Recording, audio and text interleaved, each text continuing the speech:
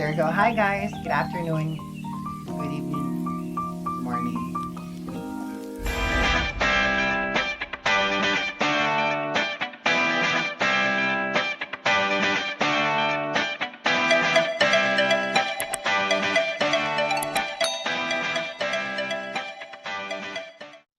So guys, thank you. And as early as now, I'd like to congratulate you dahil pinili natin ang isa sa mga most recommended universities in our country. One of only few universities who actually offer that quality and who gives full assistance to our students. So guys, you made the right choice na to attend St. University and to currently take kung ano man yung course na kinukuha natin, either HRM or tourism. By the way, I was part of the same department way back 2007, second batch from the pioneering po kami. Hi guys, so for some of you might not have known me yet, I'm RG de Guzman Pilap. I am 28 years old and currently working as a lead for sales and marketing department of one of the leading culinary institutions in our country in the Philippines, Osman International Institute. Our main branch is in BGC, but right now, just this year, we will fully operate our Baguio City branch, and by the third quarter within the year, we're expecting to expand as well in Cebu. But aside from working as a lead for Osman International Institute, I've been endeavoring as well myself, teaching to different schools. So sa lahat na nag-invite sa akin as a part-time instructor or a visiting professor, I'm still doing that as of the moment. And also with my baby company, it's a very humble company lang naman na pinapatakbo ko. I'm currently running as well Canish Events Organizing Services. It's actually an events coordinating, planning, organizing company here in Baguio City. I'm doing consultation and I'm actually the one managing that small business lang naman po. Alright, so ang specialization ng aming company has something to do with weddings and other corporate events. We are also handling small occasions such as birthday parties, small gatherings and so on and so forth. But for the meantime, mas focus kami sa aming weddings and other corporate events, especially for those seminars, conferences. Later on, I'll be giving you more information about who is Canish Events Organizing Services, paano ko siya sinimulan, kung paano nag-start yung passion ko about events, about creating events or becoming part of it as well. But because of St. Louis University, nagkaroon din ako ng pangarap to go abroad because I was very motivated, I was very inspired by the stories of our teachers who also formerly worked abroad and who formerly worked with big hotels, both inside our country and outside the country. So I dreamt of working abroad as well before. So way back 2012 when I was given, 2013, if I could remember when that opportunity came, I went to Macau and worked at a 5-star hotel as a front desk receptionist. Unfortunately, medyo hindi natin kinaya because of a homesick. So that's one thing na kailangan nating i-consider lagi. When we dream of something, we must make sure na ready tayo for that. So since I was born and raised here in Baguio, I was with my family, and then 2013, I flew to Macau to think the fact na kasama ko na yung family, some of my family members still, hindi kaya ng aking puso. So I came back here in the Philippines because I felt na my endeavor. The moment I got back here in the Philippines, another opportunity came in when one of the biggest universities here in Baguio City offered me again to work as an instructor for the same department, hospitality and tourism. And luckily, way back 2017, I was able to join naman St. Louis University. So that naging teacher rin po ako sa St. Louis. Well, I hope sa mga next semesters, I would be able to join still St. Louis University if there are opportunities or chances. For the past years that I've been teaching, with my pride and honor as well, that at a very young age, nabigyan ako ng opportunity to become a dean for one of the universities in Pangasinan. But also, unfortunately, hindi kinaya ni Sir RG. So I have to come back here in Baguio, and until such time, Osman International actually opens its door to offer me a job to become a lead for sales and marketing department. That is to actually encourage potential students, kung ang field of specialization is culinary, finish it in a year, study with us. I'd like to also share, guys, that aside from me holding a bachelor's degree in hotel and restaurant management, I also took up my master's in business administration and currently working on my dissertation on my doctoral program with St. Louis University. So I hope I would be able to finish it the soonest. With Canish Events Organizing Services, I'd like to focus on that, though full-time po ako with Austin International Institute, and I'm still working with different organizations here in Baguio. I'd like to focus on Canish Events Organizing Services kung paano ako nagsimula sa very small business ko yan, alright? It started year 2017 as what I've said po earlier. Nag-start po ako sa pag-host way back 2011. So I'd like to thank pala po sa lahat ng instructors ko nung sa master's degree pa lang when they've seen so much potential sa akin. Well, for Canish Events Organizing Services, we are only not providing services here in Baguio City. We can go as far as Pangasinan, Tarlac, even in Manila or in different parts of the Philippines. But we have to be very truthful with our schedule. Especially so ang Canish Events po is not really my full-time pledge. I'm only doing this as part of my, passion. Okay?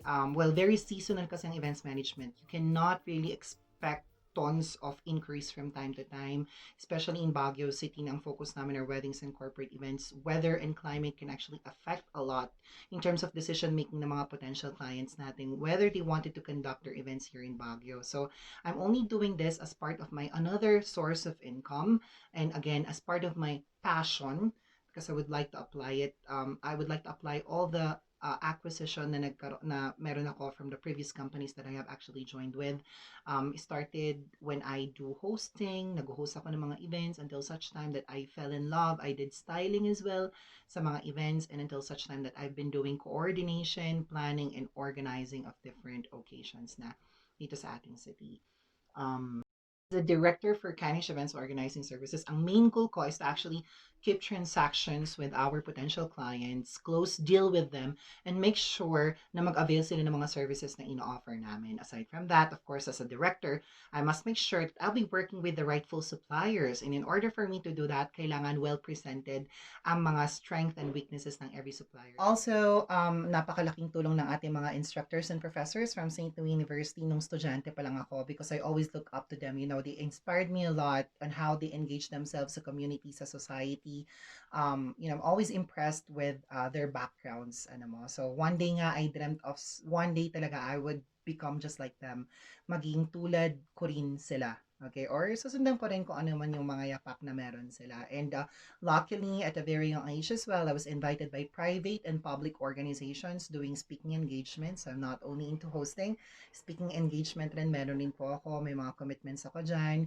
Highlights of mine was not just with big corporations, but also with Philippine Military Academy, Philippine National Police, Armed Forces of the Philippines. Ang mga topic ko po has something to do with personality development. Everything na meron akong knowledge about hospitality and tourism, na-apply ko po at naituturo ko sa ibang industry. Guys, kung pwede ko lang isa-isahin lahat ng mga naging mentor ko, I would really like to take this opportunity and to thank them. Pero just to keep it simple, I'd like to inform you guys na napakalaki ng impluensya ng mga instructors sa buhay ng mga bawat estudyante. So I would really encourage you guys to get to know more a lot of your instructors, socialize with them, be inspired with them.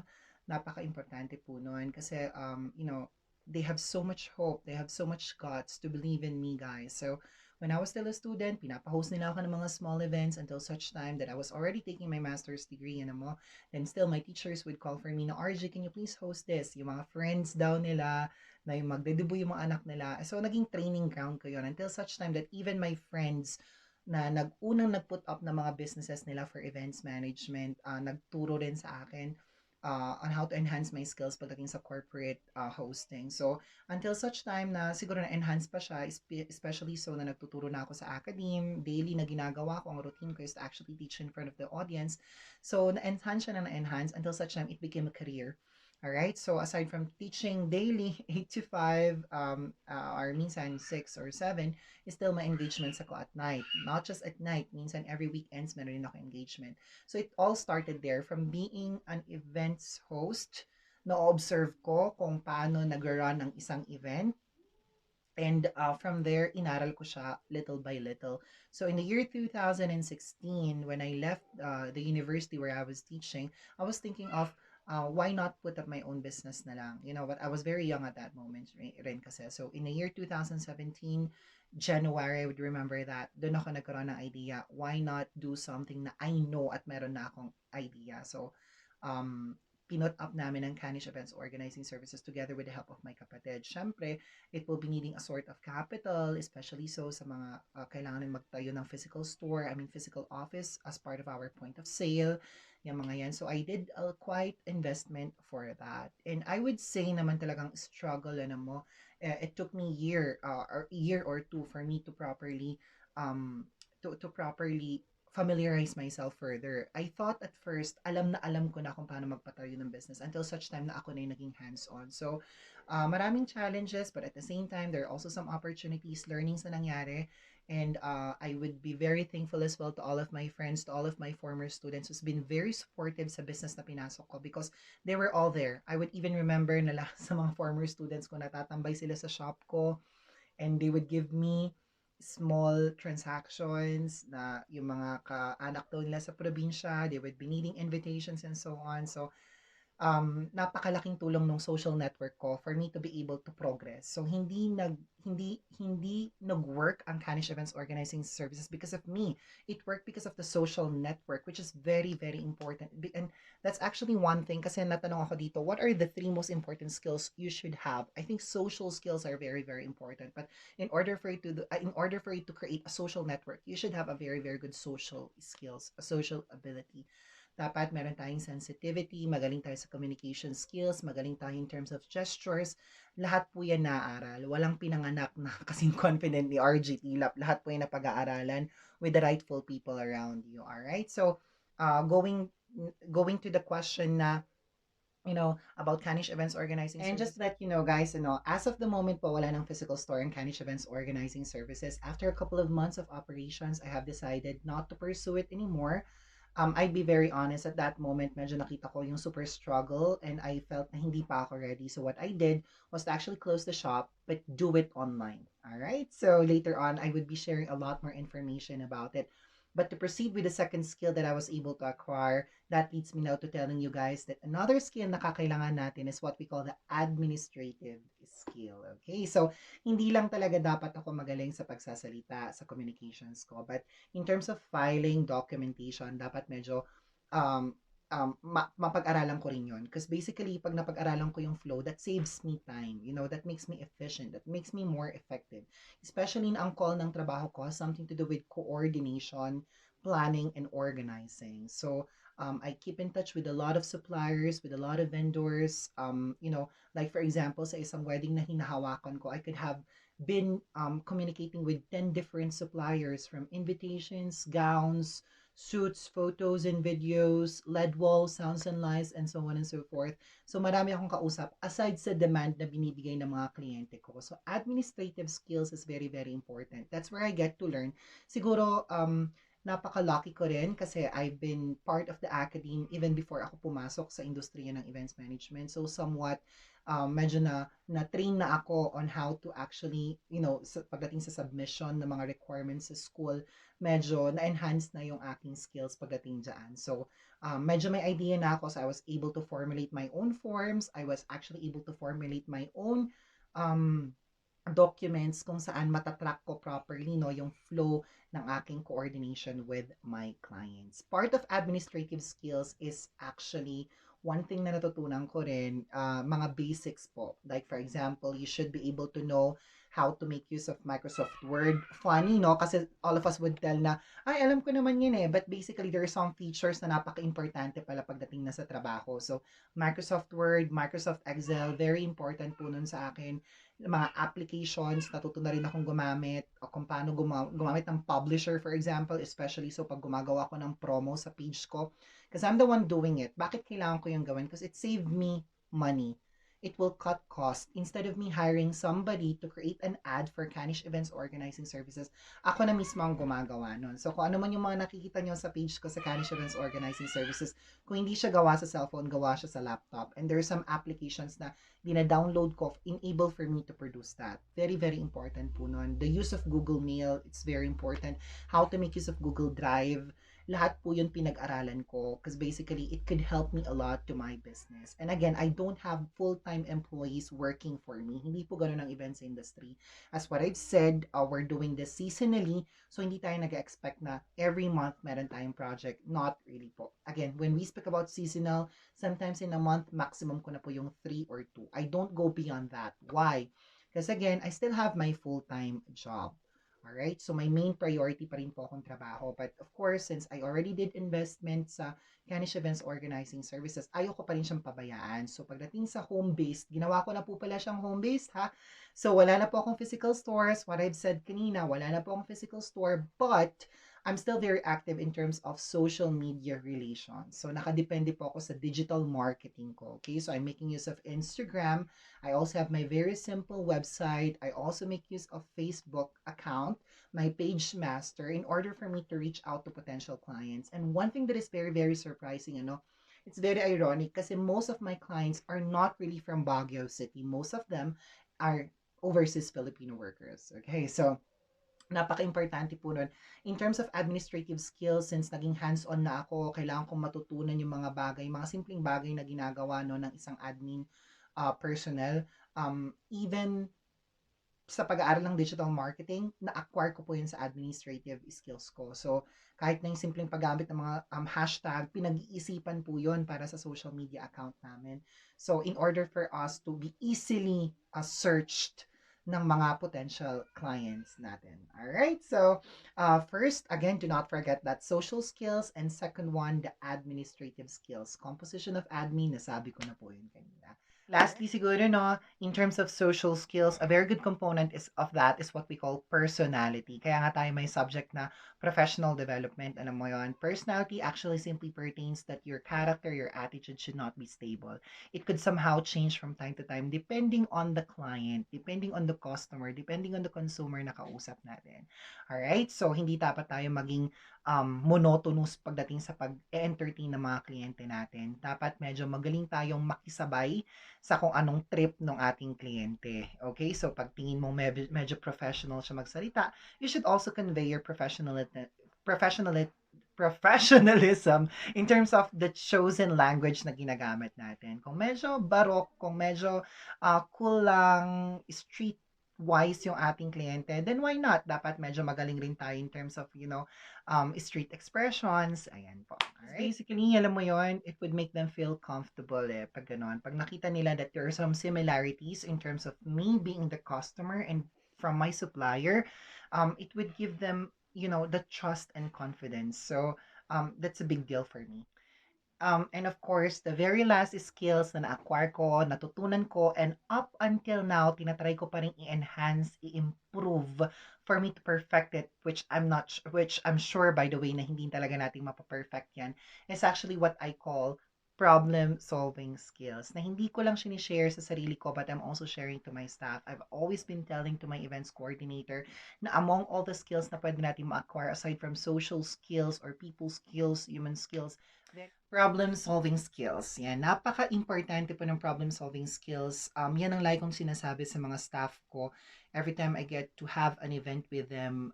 Among any other skills na meron tayo, very important yung social skills natin, human skills, people skills, but more than that is actually our problem-solving. Especially so na maraming unexpected circumstances or unexpected occurrences na pwedeng mangyari sa isang event natin, okay? Especially for weddings, na-experience na namin may mahilo, may mahimatay, hindi mag-fit ang gown, hindi mag-fit ang suit, nasira ang camera, hindi umandar ang sasakyan, na-traffic kami, hindi tumunog ang cellphone, hindi tumutunog yung kanilang audio pagdating sa church, pero sa rehearsal, gumana naman, maraming possible things that may occur. So, dapat in the event na mangyari yun, lagi tayong handa. We don't have, I don't think na kailangan natin i-prepare yung sarili natin with plan B, with plan C. That's happening for events. But more than that, ang problem solving, I think it's an instinct. So, napaka-importante nun. Hindi nire-require ang talino for you to be able to do that. I think it comes with great experiences. Kaya nga, like kong sinasabi sa mga staff ko, in order for you to solve a problem, you must make sure that you properly observe. And when you experience it, you get to learn from it. Because possibly, if it happened now, it would happen again for the next events. Yun. So, I think those are three special skills na natutunan ko or natututunan ng company namin in terms of doing events. So, first one, our social skills. Second, administrative. And the very last one is our problem-solving skills.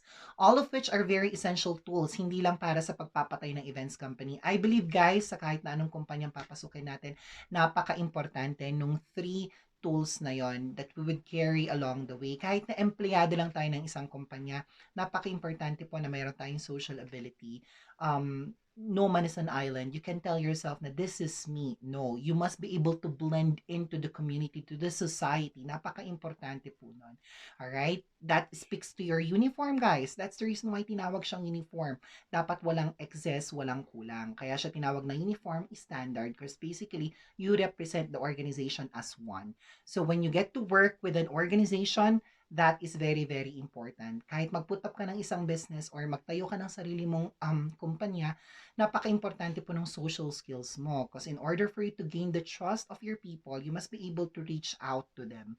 And I think it's very hard for most of people, especially so pag habang tumatanda tayo, hindi tayo natitrain ng maayos. So, one way for us to train ourselves is to mingle ourselves with different people. Napaka-importante po nun. You make friends with your schoolmates. You make friends with your blockmates, with international students. You make friends with your teachers. Those I think are important. Sa kahit na kaninong tao, may matututunan at matutunan tayo in terms of social ability. Alright? And second one, administrative po. Isa sa mga natutunan din natin for today, administrative is what I've said that would actually, help you a lot. That's one skill that not everybody has. May iba po magaling sa pagsasalita but medyo mahina in terms of paperworks. Yung iba magaling sa paperworks pero mahina sila sa communications. If you can do both, bingo, right? You're a package. All right. So, dapat magaling tayo both in writing, both in documenting, both in talking, both in communication. And by the way, guys, when I speak about administrative, this is not you just doing papers. You know what?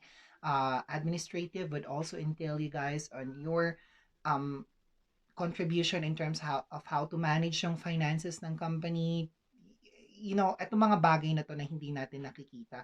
Like for example, you're just a secretary of a business, no? of one business. From time to time, pag nagkakamali tayo sa ginagawa natin, print tayo ng print ng document, every piece of bond paper and every ink na sasayang is a cost for the company.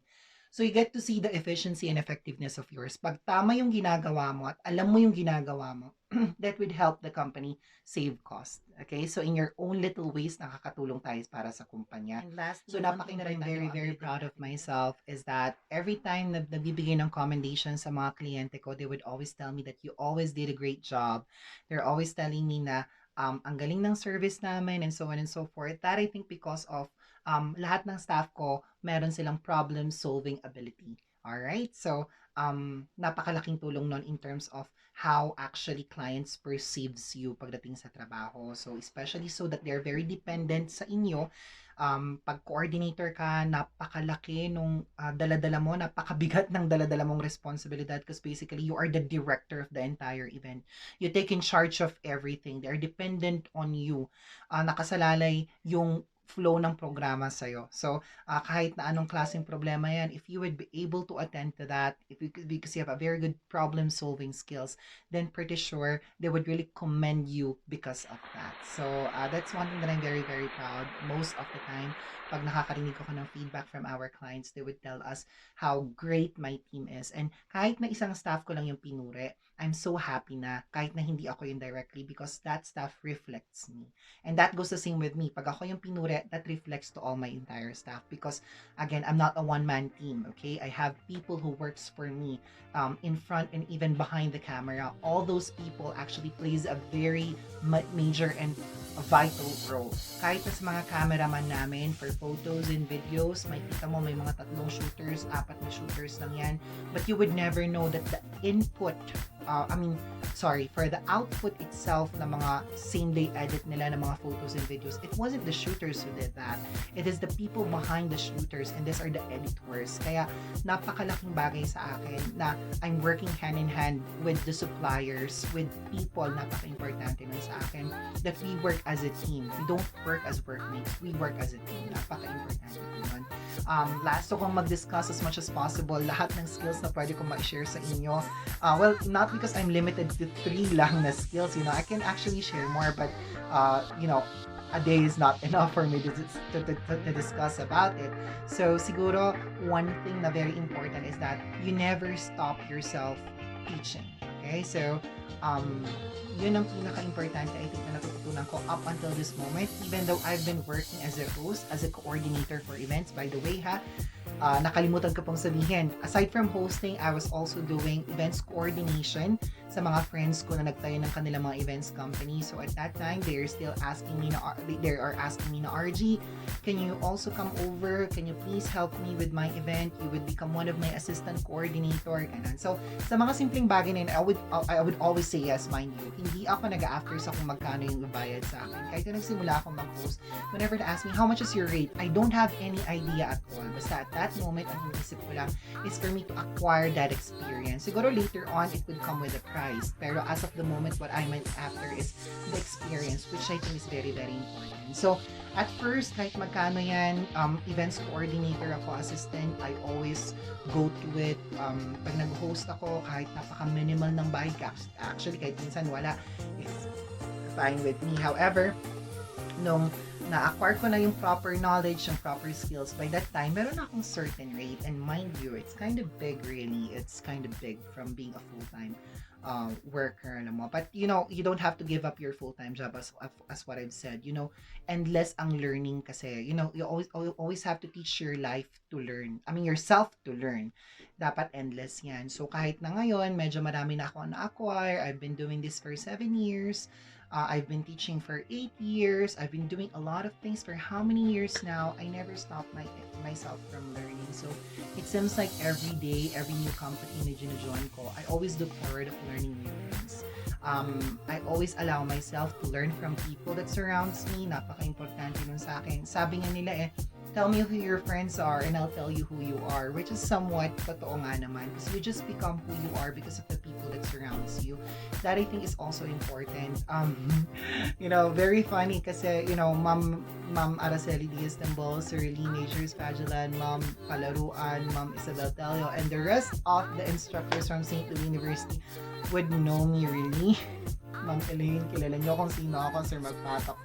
Alam nyo kung anong nakaraan ko, kung anong past ko. But still, people were there to actually support me and to trust na may magbabago pa sa akin. So, napaka-ironic na, you know, from that being pasaway to now becoming here in the academe, and I'm now the one teaching my fellow students na wag maging pasaway. So, and I'm very happy that I'm sharing a lot of information not only to my students but to also uplift the industry of hospitality and tourism na HRM hindi lang. Why? Because actually other industries can learn a lot from us. With that being said, that I was once needed by PMA, by PNP, by AFP, by, you know, LGUs, by tourism offices in different parts of Cordillera. Ayan, napakalaking bagay nun for me. So, I'm very happy. I'm very proud, guys. And I'm also very excited to welcome new batch of students from St. Louis University under HTM.